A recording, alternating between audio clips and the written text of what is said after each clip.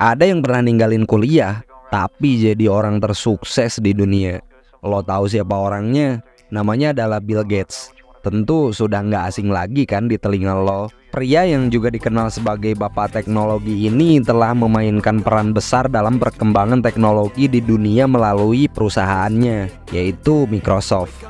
Dia orang lahir pada 28 Oktober 1955 di Washington, Amerika. Tapi lo tahu belum kisah sukses Bill Gates kayak gimana yang sebenarnya? Ya, meskipun ninggalin kuliah, tapi dia orang adalah pendiri salah satu perusahaan teknologi terbesar di dunia, Microsoft. Sebuah perusahaan yang terkenal dengan produk-produk Microsoft Office dan Windows, didirikan oleh Bill Gates bersama Paul Allen yang juga sahabat terbaik sejak masih sekolah.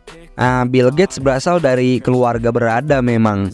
Ayahnya adalah seorang pengacara handal dan punya perusahaan terkenal di daerahnya. Sementara ibunya, Maxwell, adalah anggota dari direktur di Bears Institute of Wind System dalam keluarganya. Dia orang adalah anak kedua dengan seorang kakak laki-laki bernama Christian E. dan seorang adik perempuan bernama Alibi. Walaupun orang tuanya punya rencana lain untuk anak mereka yang menginginkan mengejar karir lain, tetapi Bill Gates tetap ingin memastikan bahwa dia orang ingin hidup bahagia katanya. Jadi dia orang meninggalkan Harvard, tempat di mana dia meraih gelar dengan prestasi yang besar dan menghabiskan lebih banyak waktu di depan komputer pada akhirnya. Dia orang punya semangat yang tinggi untuk coding dan di sisi lain memahami segalanya. Sisi gelapnya seperti itu adalah waktu untuk mencoba hal-hal yang berani katanya. Walaupun orang tuanya mungkin kecewa dan punya rencana yang berbeda untuk masa depannya, tetapi Bill Gates memutuskan untuk meninggalkan Harvard dan mendirikan Microsoft bersama Paul Allen. Walaupun menghadapi banyak tantangan dan kesulitan finansial, Bill Gates melewati berbagai model keberhasilan, membuat Windows yang diprediksi akan mengubah dunia komputer. Tapi keberhasilan Bill Gates juga dihadapkan pada berbagai tantangan tentunya. Windows awalnya memang menerima kritik yang cukup besar terkait grafis yang kurang memuaskan. Tetapi seiring berjalannya waktu, Windows pun menjadi sistem operasi yang dominan. Bill Gates menjadi miliarder dan terus mengubah dunia komputer dalam perjalanan hidupnya.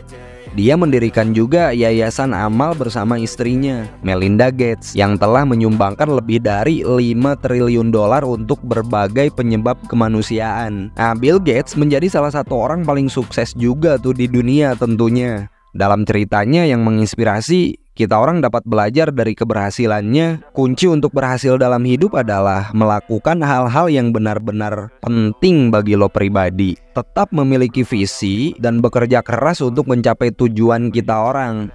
Bersama-sama kita orang bisa belajar dari kisah suksesnya dan menerapkan semangatnya dalam hidup kita. Jangan ragu untuk bermimpi besar, mengambil langkah yang berani, dan lo orang harus percaya pada diri sendiri. Jangan biarkan keraguan atau rintangan menghentikan lo. Ingatlah katanya, keberhasilan adalah guru yang buruk, tapi tindakan cerdas dan tekad yang kuat dapat membawa kita orang menuju tujuan yang kita orang impikan. Seberapa sering lo memikirkan dan menilai pencapaian lo setiap hari? Atau pernah nggak gitu lo menilai pencapaian lo sendiri? Pertimbangkan juga kebiasaan harian lo, dan pastikan setiap tindakan membawa lo lebih dekat untuk mencapai impian lo. Jangan sia-siakan waktu dan energi lo pada hal-hal yang enggak memberikan nilai tambah pada hidup lo. Rencanakan hari lo dengan baik, tetap teratur, dan susunlah hidup kita orang sehingga dapat membangun impian terbaik versi kita. Dengan begitu, lo dapat membangun dan meraih impian sama seperti Bill Gates yang telah membuat warisan besar dalam dunia teknologi dan kemanusiaan. Bagaimana pendapat lo tentang Bill Gates? Apa perjalanan penting yang bisa lo ambil dari kisah suksesnya? Coba lo orang tulis di kolom komentar. Dan berikutnya, bagaimana fondasi keuangan lo tuh untuk mencapai kesejahteraan?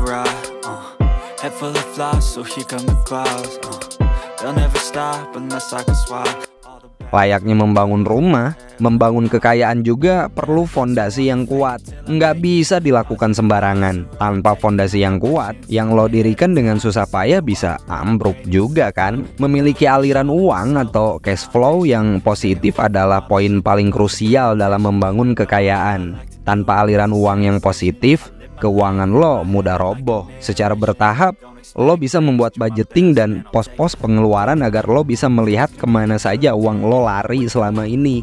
Jadi ada 3 poin penting yang membuat aliran uang lo positif. Poin yang pertama, lo kurangi utang. Kurangi dan tuntaskan utang-utang lo, mulai dari utang receh seperti utang pada temen, pinjol, hingga cicilan atau KPR rumah semisal. Semua harus segera dituntaskan agar tidak membelenggu kondisi keuangan lo.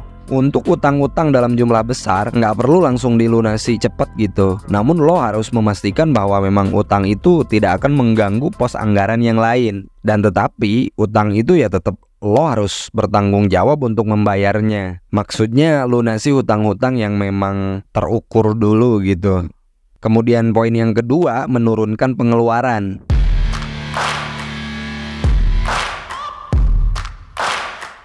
Demi meraih cash flow yang positif, lo juga harus bisa menekan pengeluaran, khususnya pengeluaran yang enggak begitu dibutuhkan, dan jangan tergoda dengan gaya hidup bermewah-mewahan. Jadi lo mesti ingat, lo sedang membangun fondasi yang kuat untuk masa depan lo. Ya, cobalah hidup sesuai kemampuan finansial. Intinya jangan sampai besar pasak daripada tiang gitu. Ketiga, meningkatkan jumlah penghasilan. Ini penting.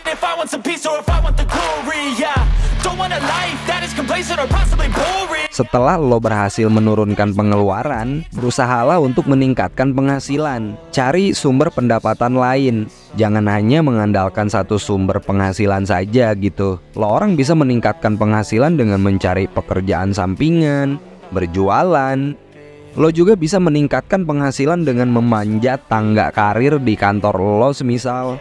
Kayak contoh naik jabatan, ya gaji lo ikut naik dong. Nah, lo juga perlu memiliki pengamanan keuangan.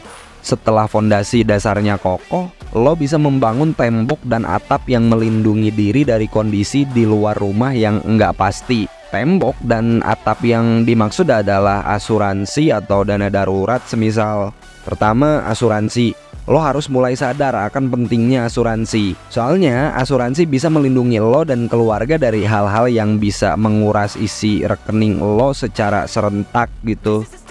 Hal-hal nggak terduga itu bermacam-macam. Mulai mungkin dari kerusakan kendaraan, atau gadget lo rusak gitu, sakit, atau bahkan kecelakaan hingga kematian.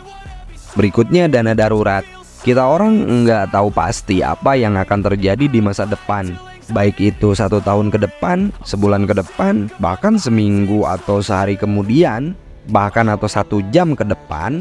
Penurunan nilai tukar rupiah atau kenaikan BBM sedikit saja itu bisa berdampak besar ke harga bahan-bahan pokok kan. Apalagi inflasi dan kenaikan bahan pokok sekarang lagi pada naik. Oleh karena itu, lo harus menyiapkan dana darurat.